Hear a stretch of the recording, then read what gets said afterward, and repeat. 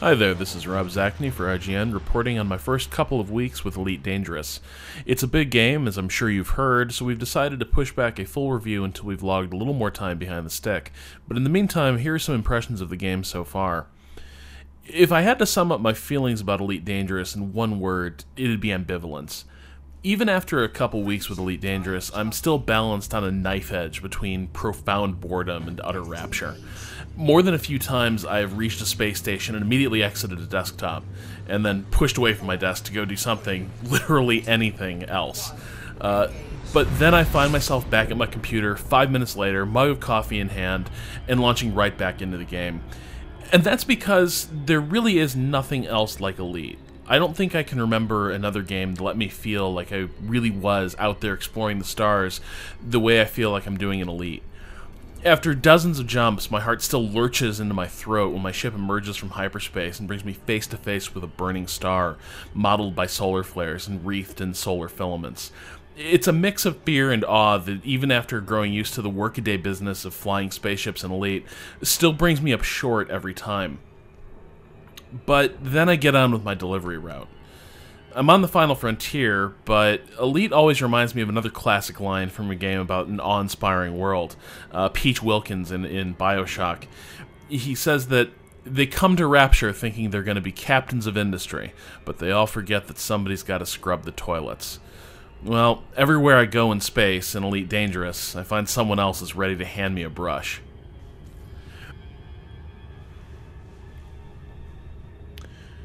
A lot of what you're going to do in Elite, especially at the start, is kind of menial labor. It just happens to be taking place in one of the most amazing, awe-inspiring settings you can imagine.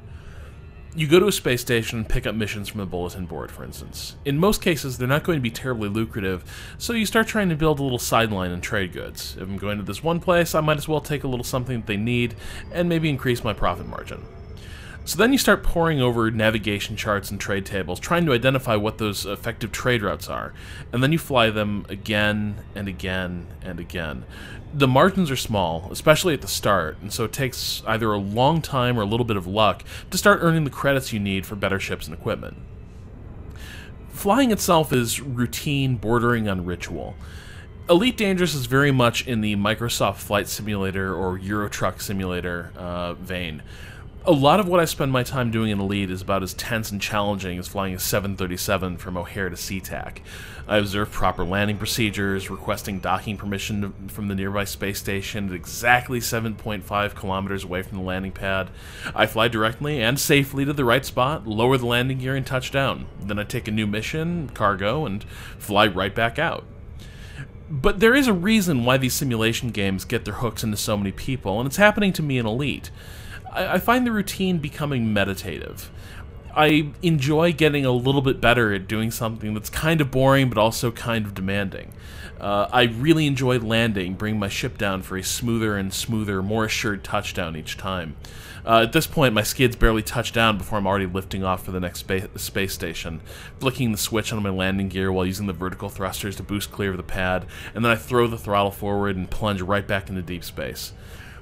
And there's little things, too, that never really get old for me. I love, always, the little countdown before a hyperspace jump as I throw the throttle all the way to the stops and hear the flight computer counting down, and then I'm hurled into hyperspace. I'm a little less enamored of the frameshift drive itself. The frameshift drive is how you travel around inside star systems. It gets you going hundreds of times the speed of light, so that you can shoot from one end of a star system to another in just a few minutes. In free flight, the frameshift drive is what lets you soar like a bird around planets and asteroid belts, like some kind of stellar tourist. But when you have an actual destination in mind, the frameshift drive attempts to regulate your speed so you don't wildly overshoot the mark. But if you leave it to its own devices, the drive will fly a crushingly slow flight plan and make the minutes drag by as it slowly inches its way towards your goal, like it's really trying to illustrate you and force you to live Zeno's paradox. Now, you can hurry things along a little bit if you manage the throttle by yourself, and you can fly a slightly more aggressive and faster route, but that also risks you overshooting your target and having to backtrack. The frameshift drive doesn't have doesn't have predictable inputs, because on the one hand it's trying to manage your approach to a set destination, but on the other hand it's also trying to react to your input on the throttle. So there's a little bit of push and pull between what you're trying to tell the system to do and what the flight computer's trying to do as well. So the controls don't always feel consistent, and there are times that I didn't fully understand why I went rocketing right past my destination, even though I've been trying to slow down to the correct speed for some time. There are times the frameshift drive seems to take on a life of its own. Overall, it's such a fussy thing. You spend so much time managing it that I found myself really praying for some kind of decent autopilot system to handle this aspect of flying, because it's one of the major aspects of flying a spacecraft in Elite Dangerous, and it's probably the least engaging.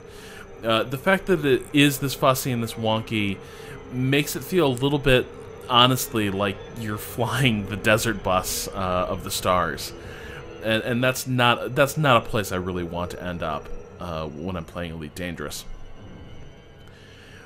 But it's not all cargo runs and point A to point B. It's a dangerous world out there, and there are a lot of people, AI pirates and human buccaneers alike, who lurk on the trade lanes, pouncing on travelers with frameshift interdiction devices. And if you buy one for your ship, you too can become an interstellar pirate. But when you're interdicted, things start happening very fast. Your HUD warns you that you're under attack about a second before your smooth trip across the stars hits turbulence, and you start corkscrewing wildly. You're like a fish caught on someone's line. You have a few seconds to get your ship pointed to an escape vector that's highlighted on your HUD, and if you can stay pointed roughly in that direction, you can break interdiction and get safely on your way. So during an interdiction, there's always this short, sharp battle as you try to hit the escape vector while someone else tries to reel you in. It's usually pretty exciting stuff. Assuming you don't make it out, there's a really good chance you're going to find yourself in combat. Maybe you can leg it and throw out all your power to engines and jettison your cargo and hope you'll be left alone, but the chances are you're still going to have to do some shooting. And that's where we discovered that Elite Dangerous is probably not going to be a classic space dogfighting game. Combat isn't terrible, but it too often devolves into a series of head-on firing passes that test who has better shields and bigger guns. The ships have too much momentum to really yank and bank the way they do in games like TIE Fighter and Free Space 2, thanks to Elite's somewhat realistic physics. If you've played the old Wing Commander games, you kind of know exactly where I'm coming from here. It'll just turn into a series of, playing chicken with each other as you just blast away. That's what happens when you have two ships of relatively close performance. And in those cases where you can stay on someone's tail, or vice versa, that usually means that someone just has a better ship for dogfighting, and it probably wasn't a fair fight in the first place. None of which really makes me want to pursue combat as a major career in Elite, either in the form of bounty hunting or piracy. While bounties can be really lucrative, and even game-changing, like this one time I was flying between two space stations, and I sort of stumbled into an active gunfight between police and pirates. And I ended up intervening because once I figured out what was going on, I saw the odds were on the police's side, and I decided, what the heck, I'll try to nab a kill here. I didn't know it, but it turns out there were some really high bounties on those pirates, and so I ended up scoring a killing shot on a pirate that turned out to be worth something like 70,000 credits, which was about 10 times what I was making from cargo runs at the time. So if you get lucky like that, taking a bounty can be fantastic. The problem is, most cases, when you're trying to take a bounty with your starting ship, you'll find yourself a little bit overmatched. But even if you're not, and you are in sort of a fair fight, the combat can still be a little mind-numbing, because you're just kind of flying at each other and blasting away, and a lot of the starting weapons are so ineffective that it's almost like you're trying to erode the enemy rather than shoot him down. Every time my enemy's shields came back up, I just got this wave of depression as I realized I'm going to have to do the exact same thing again, and the fight had just been prolonged by about 10 more minutes. So, where I'm at right now is that Elite is an obviously impressive game, and visually it's just absolutely stunning. But I don't think I'm going to I don't think I can remain perched between boredom and wonder forever. There are times when Elite feels just too much like a classic grind, where I'm performing repetitive tasks so that I can make ultimately illusory progress towards ships and equipment that will just allow me to do even more of the exact same repetitive tasks on a bigger scale.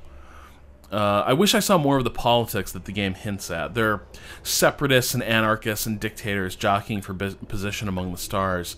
And if you study your map and information about star systems and the governments there, you'll find that some places are economically booming, some are in recessions, some are expansive, some are defensive. But all of that is just notes on a map. When I'm flying out there in space, I don't really get the sense that anything is really happening out there in the universe. I've seen some videos on YouTube of people wandering into wars in Elite Dangerous between capital ships and their enemies. But I have never really seen that. I've never really felt like I'm in danger of flying through a war zone at any minute. But I am still getting acclimated to Elite. I've barely touched on deep space exploration, for instance, which is another sort of one of the career paths you can pursue in this game. And I'm a few more cargo runs from having a stable of ships and weapons that will really let me pursue just about any kind of mission I want on a whim. So I'm hoping that I can open the experience up a bit and get a little more choice about what I want to do. Right now it's a sandbox, but before I can really enjoy it, first I've got to build all the toys that I'm going to be playing around with. And unfortunately, that means driving a space delivery truck for another 10 or 20 hours, I suspect.